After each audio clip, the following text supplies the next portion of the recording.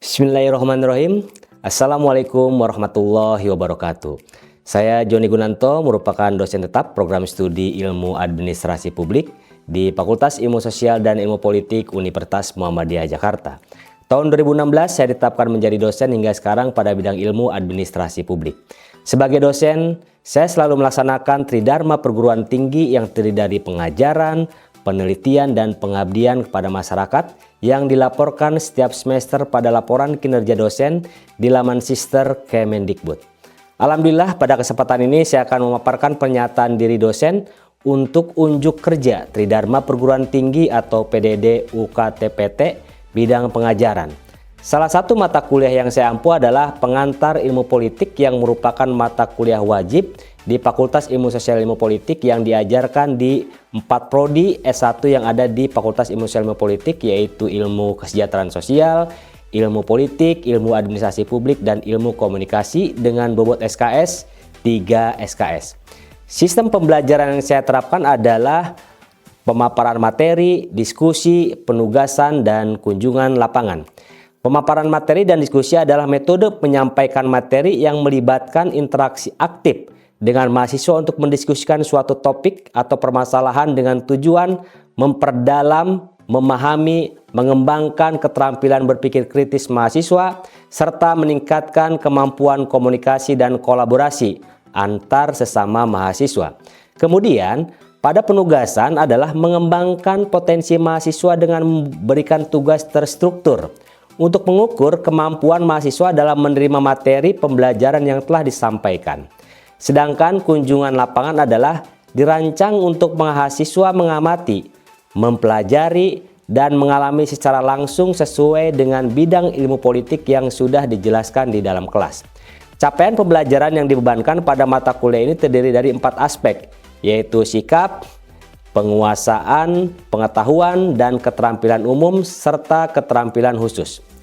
Mata kuliah ini terdiri dari 16 kali pertemuan dengan berbasis luaran berupa project based learning.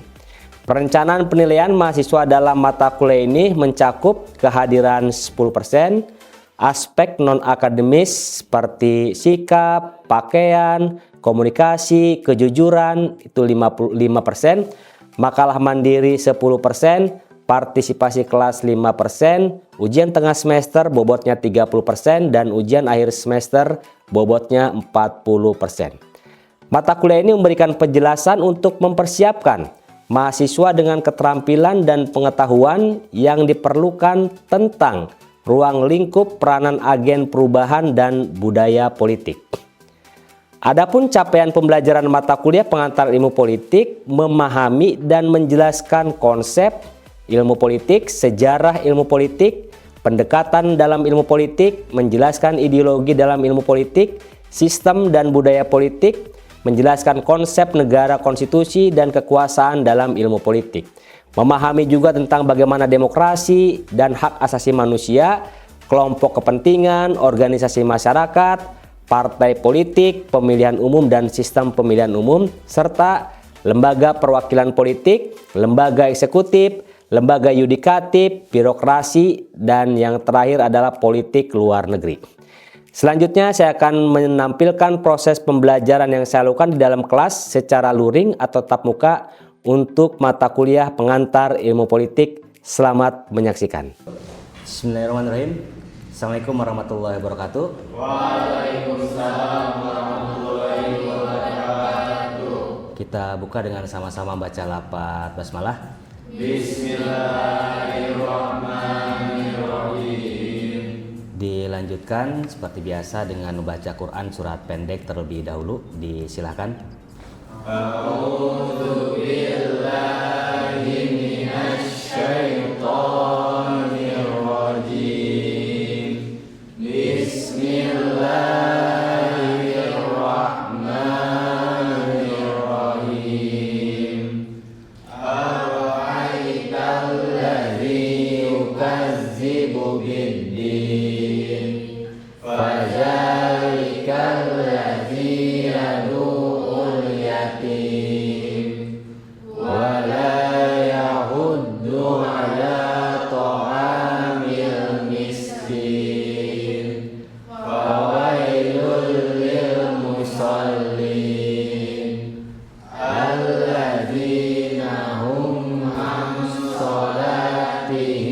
sahun alladzina hum yura'un wa yamna'unal ma'un. Shadaqallahul azim. Baik, terima kasih teman-teman sekalian. Kita akan lanjutkan materi kedua ya, atau pertemuan kedua. Minggu yang lalu kita sudah menjelaskan tentang rencana perkuliahan semester. Selama 1 semester pengantar ilmu politik ini akan mempelajari tentang apa. Nah, teman-teman sudah punya gambaran selama 1 semester ini kita akan mempelajari dari pertemuan pertama sampai ke pertemuan ke-14 itu apa aja, karena 2 pertemuan itu ujian tengah semester dan ujian akhir semester. Baik, kita mulai dengan pertanyaan, apa itu politik? Teman-teman pernah mendengar kata istilah tentang politik? Jadi apa yang teman-teman ketahui tentang politik? Politik, Pak, yang saya ketahui secara bahasa itu yang berarti kota atau sebuah negara.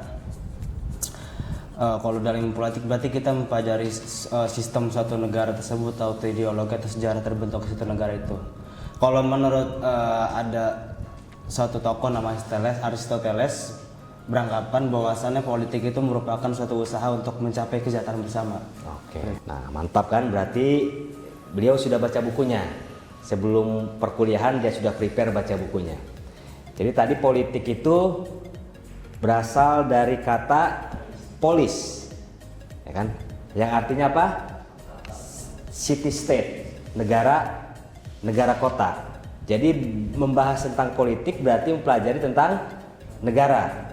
Jadi kalau ada yang berasumsi politik itu jahat, politik itu kotor, maka dia atau politik mengalami makna peorasi. Apa itu peorasi? Mengalami pemburukan makna dari makna yang sebenarnya. Oke, gitu ya.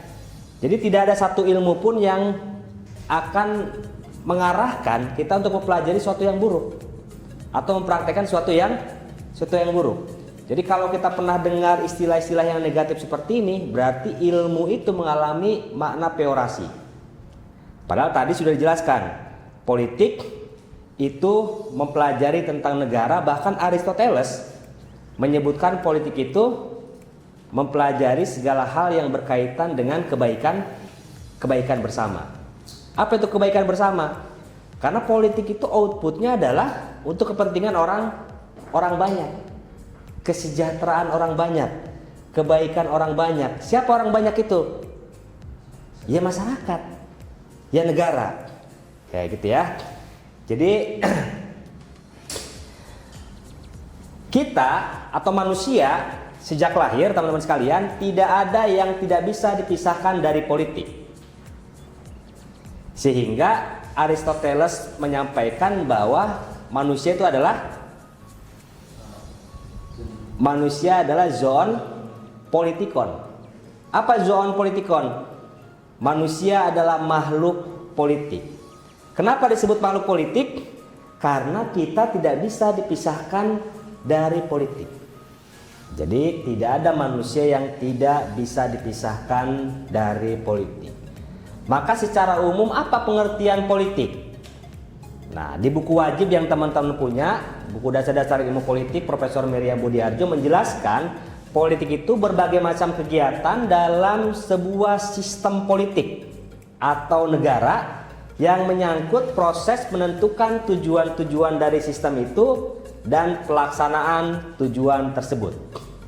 Nah, ini menurut Profesor Miriam Budiarjo itu politik itu ini segala hal yang berhubungan dengan negara, dari mulai proses terbentuknya negara sampai bagaimana negara itu melaksanakan tujuannya. Nah, itu pengertian ilmu politik. Nah, terus kalau kita mempelajari ilmu politik, sesungguhnya kita mempelajari apa? Maka paling tidak, teman-teman sekalian, ada 5 konsep dasar. Dalam ilmu politik itu ada 5 konsep dasar. Yang pertama, mempelajari ilmu politik itu mempelajari tentang state, negara. Yang kedua, setelah negara itu terbentuk, setelah negara itu ada, maka harus ada yang berkuasa. Maka mempelajari ilmu politik itu mempelajari tentang power. Setelah kekuasaan itu ada, ilmu politik mempelajari tentang bagaimana cara mengambil keputusan, decision making. Yang keempat, hasil dari pengambilan keputusan itu kita sebut dengan kebijakan, policy. Itu tuh yang diatur. Negara mengatur kita tuh melalui apa? Melalui kebijakan. Kebijakan ketika sudah terbentuk, sudah ada, apa yang harus dilakukan oleh negara? Bagaimana dia harus mendistribusikan dan mengalokasikan kebijakan itu. Nah, jadi ini harus runtut. Dari mulai kita bicara tentang negara, kekuasaan, pengambilan keputusan, kebijakan, dan yang paling rumit sesungguhnya adalah bagaimana mengalokasikan dan mendistribusikan kebijakan itu merata dan tepat sasaran. Oke, kita lihat satu-satu. Kenapa mempelajari ilmu politik itu mempelajari tentang negara? Oke, baik, kita lihat. Kenapa ilmu politik itu mempelajari tentang negara? Jadi menurut Miriam Budiarjo, negara adalah suatu organisasi dalam suatu wilayah yang memiliki kekuasaan yang sah dan ditaati oleh rakyatnya. Jadi teman-teman masih ingat syarat-syarat berdirinya negara itu apa aja? Wilayah. Terus? Habis wilayah apa?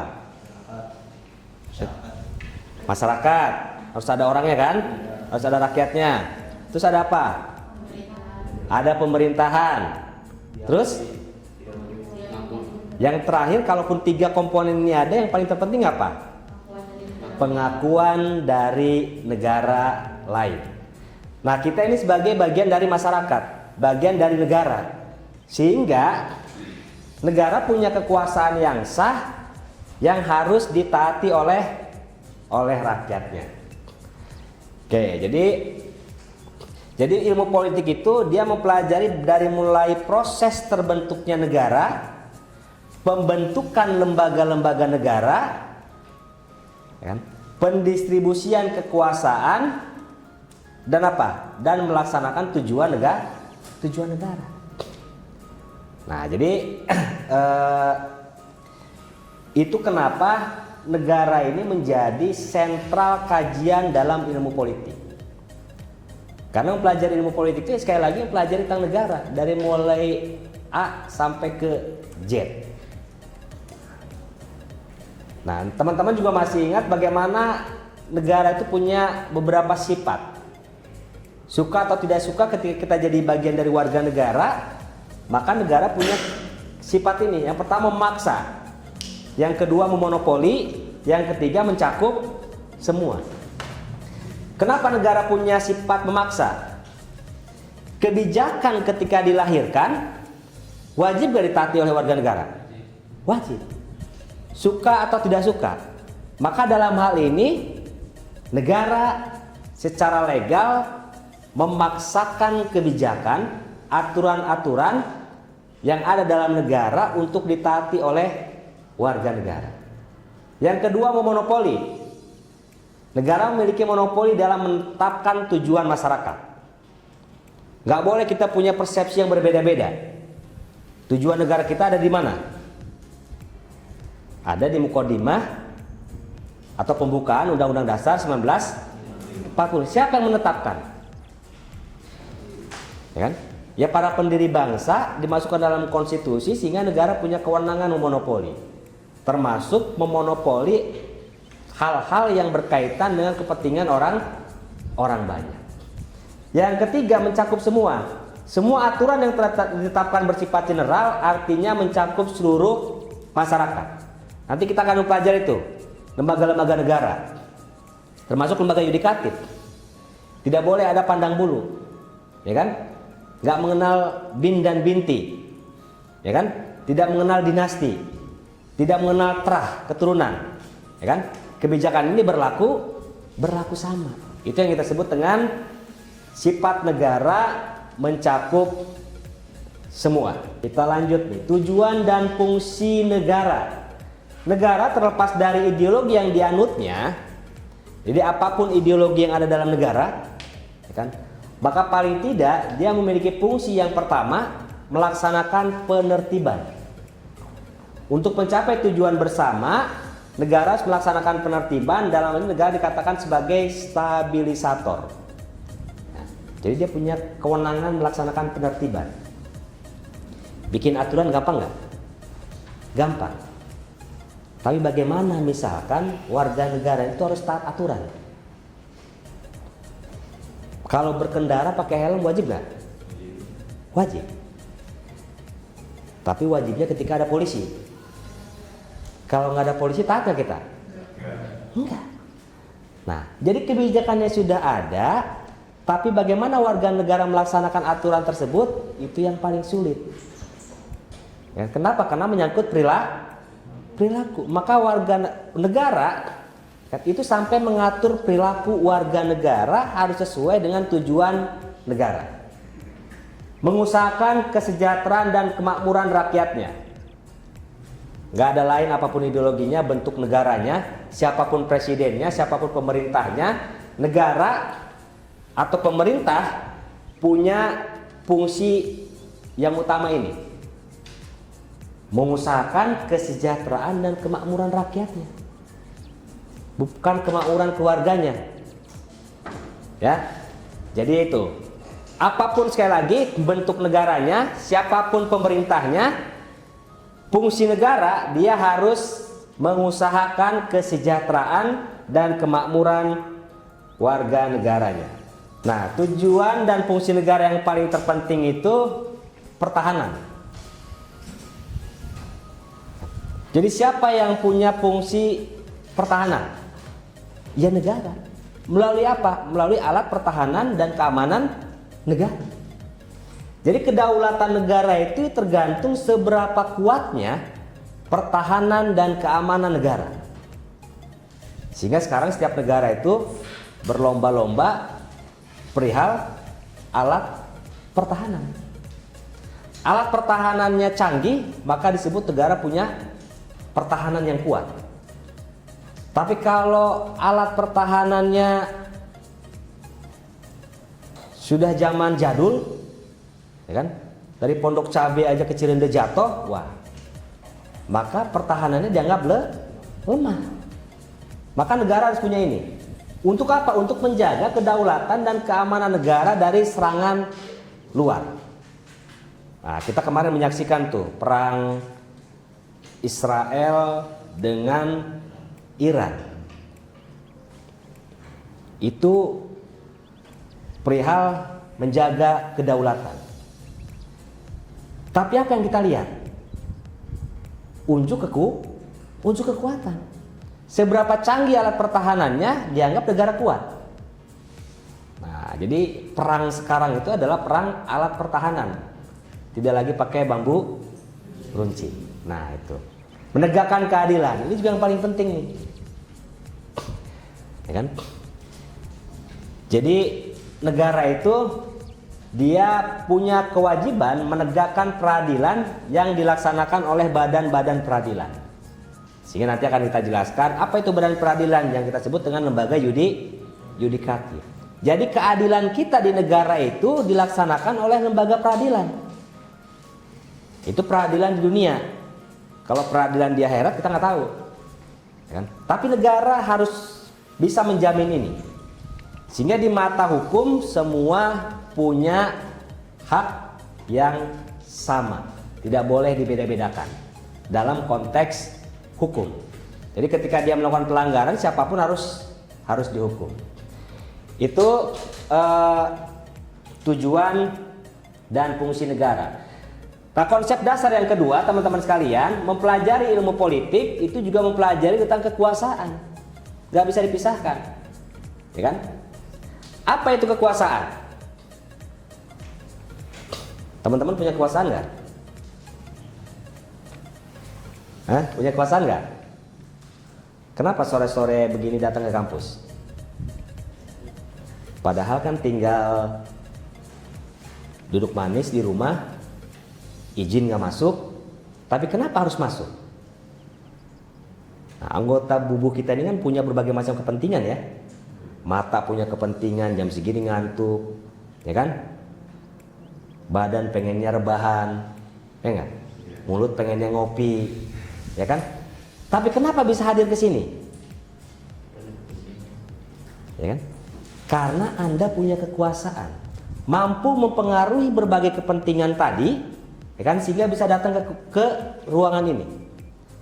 Jadi kekuasaan dalam pengertian yang sederhana itu adalah influence, mempengaruhi.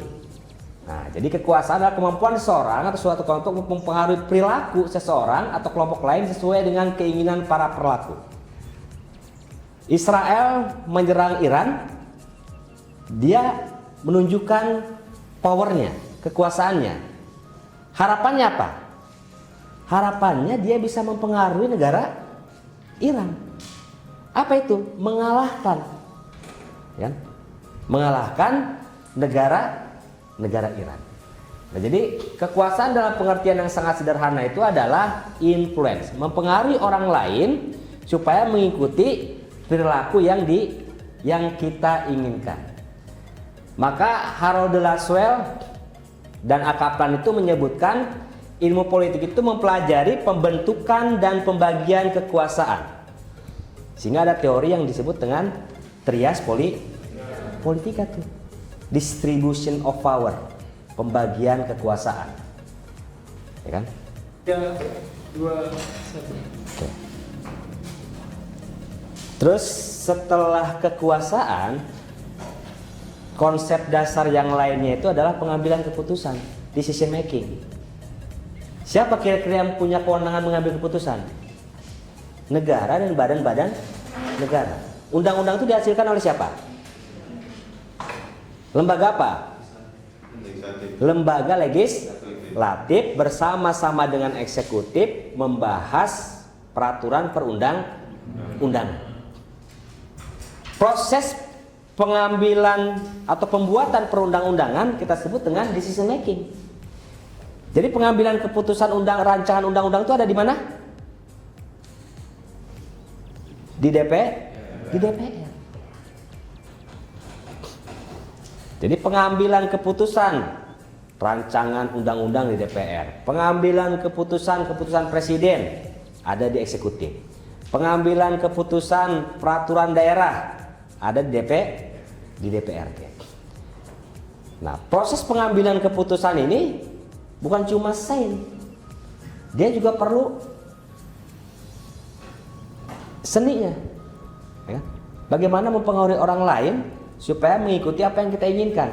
Oke, konsep dasar ilmu politik yang keempat setelah pengambilan keputusan itu ada public policy, kebijakan umum. Jadi output dari decision making itu adalah policy.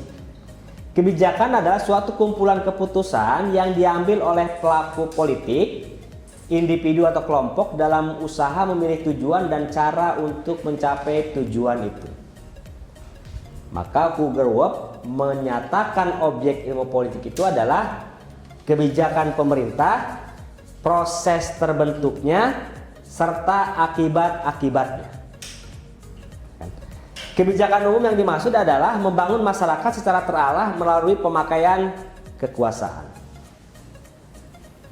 Jadi jangan heran setiap ganti pemerintahan itu selalu berubah kebijakannya kan? Kenapa? Ya karena dia ingin melaksanakan kekuasaannya itu sesuai dengan visi dan misi yang diinginkan. Setelah kebijakan umum, teman-teman sekalian, yang terakhir, konsep yang kelima dalam ilmu politik itu adalah pembagian, distribution, atau alokasi. Jadi kebijakan itu gampang dibuat oleh lembaga-lembaga pembuat kebijakan. Tapi bagaimana mendistribusikan kebijakan mengalokasikan siapa yang mendapat kebijakan itu yang paling sulit.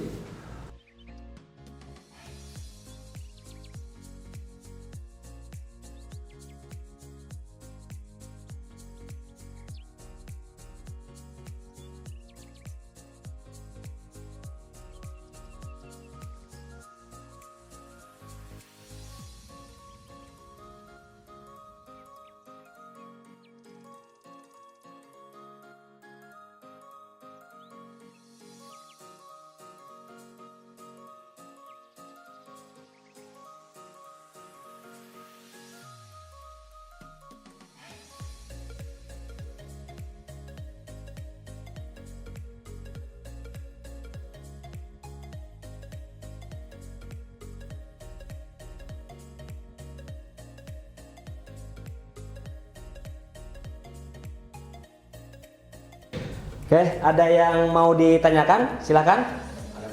Oke. Oke, terima kasih sebelumnya. Perkenalkan, saya Putra Gahara dan saya mau bertanya untuk Pak Joni. Bagaimana pembagian politik menurut Montesquieu dan contohnya?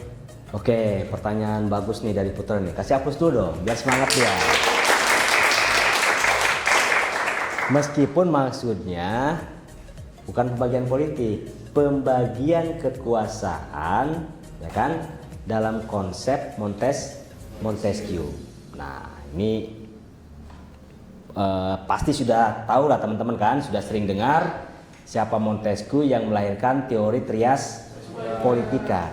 Sehingga tadi dalam konsep yang kedua itu bicara tentang kekuasaan, kan kekuasaan itu harus dibagi-bagi supaya apa? Supaya tidak overlap, supaya tidak tumpang tindih, supaya tidak ada yang memonopoli kekuasaan. Maka dia dipisah tuh.